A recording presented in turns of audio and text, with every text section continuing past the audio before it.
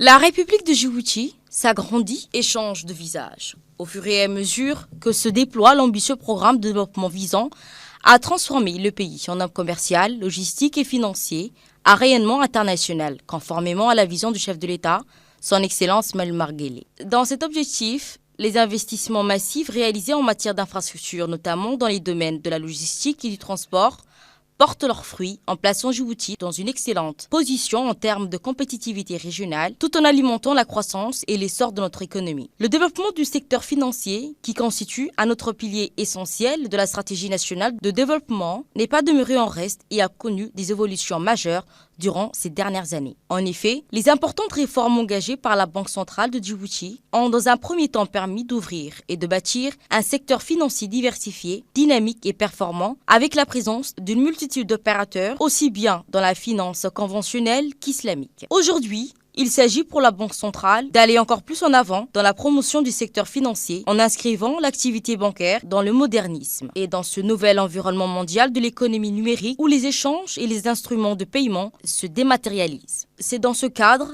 que la Banque centrale a lancé, avec l'appui de la Banque mondiale, un vaste chantier de modernisation de l'architecture et des infrastructures financières nationales dont la première phase vient de s'achever avec la mise en place d'un nouveau système. La Banque centrale a mis en place un nouveau système national de paiement, SIRAD, qui va permettre aux opérateurs économiques et financiers du pays d'effectuer en toute sécurité et en temps réel des transactions financières de grande valeur et des règlements interbancaires urgents. Cette solution novatrice va fournir en temps réel les traitements électroniques sans défaut des transactions financières dans l'économie. Ce système consiste bien sûr à mettre en place un système de règlement en temps réel pour les opérations de grande valeur et d'importance systémique, couplé d'un système de compensation offrant un dispositif de compensation automatisé pour les opérations de faible valeur.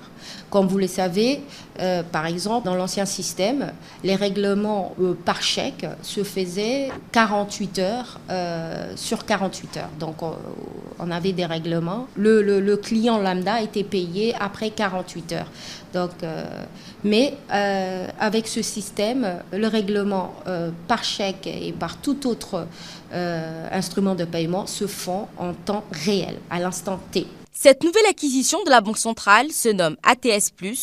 Il intègre le règlement brut en temps réel, connu dans son acronyme RTGS, la compensation automatisée pour tous les paiements de masse. Il consiste dorénavant à connecter la Banque centrale aux différents participants, à savoir les institutions financières, les agences gouvernementales et les établissements de monnaie électronique. Comment cela fonctionne-t-il alors? Les systèmes de paiement et de règlement ATS sont opérationnels à la Banque centrale. Les participants sont les banques commerciales et les opérations traitées sont les virements. Les opérations sont transmises pour validation au niveau des postes de travail contrôleurs. Leur saisie des opérations est effectuée sur des postes de travail et après leur validation, les opérations sont transmises en temps réel dans le système ATS. Il va également réduire les coûts de gestion et des traitements du système et instruments de paiement, se conformant ainsi aux normes et bonnes pratiques internationales. Pour les institutions bancaires de la place, c'est la confiance du grand public qui sera renforcée dans le système économique et financier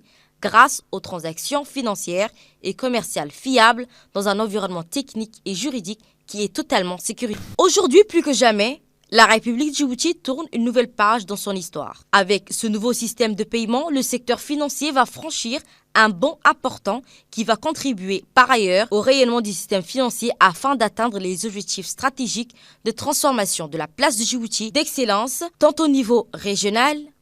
C'est donc un projet qui s'insère dans un cadre plus large, dans une politique globale qui a été arrêtée par le chef de l'État, son Excellence M. Ismail Omar Guelleh, dans sa vision pour Djibouti en 2035. Donc les volets banque, secteur financier en cours d'évolution s'insèrent donc dans cet objectif de doter Djibouti, profiter des opportunités et accompagner le développement de Djibouti. Aujourd'hui, avec l'automatisation, la Banque centrale vise l'efficacité et l'efficience, la sécurité et le traitement rapide des opérations de paiement. La mise en place des systèmes de paiement va également permettre à la Banque centrale de disposer d'un outil moderne pour conduire efficacement sa politique monétaire et contribuer au développement économique et à l'intégration bancaire nationale et sous-régionale. Cette modernisation du système national de paiement compte étendre ses ramifications à l'international avec l'interconnexion au système de paiement régional, celui du COMESA et celui de la zone de libre-échange continentale africaine, dont l'objectif est de mutualiser les paiements et de soutenir le développement des relations économiques avec l'ensemble de la région, mais aussi le continent. Cette étape de grande envergure de la Banque centrale via le cadre de la modernisation des infrastructures et de l'architecture financière nationale inscrit la République de Djibouti dans l'ère du temps.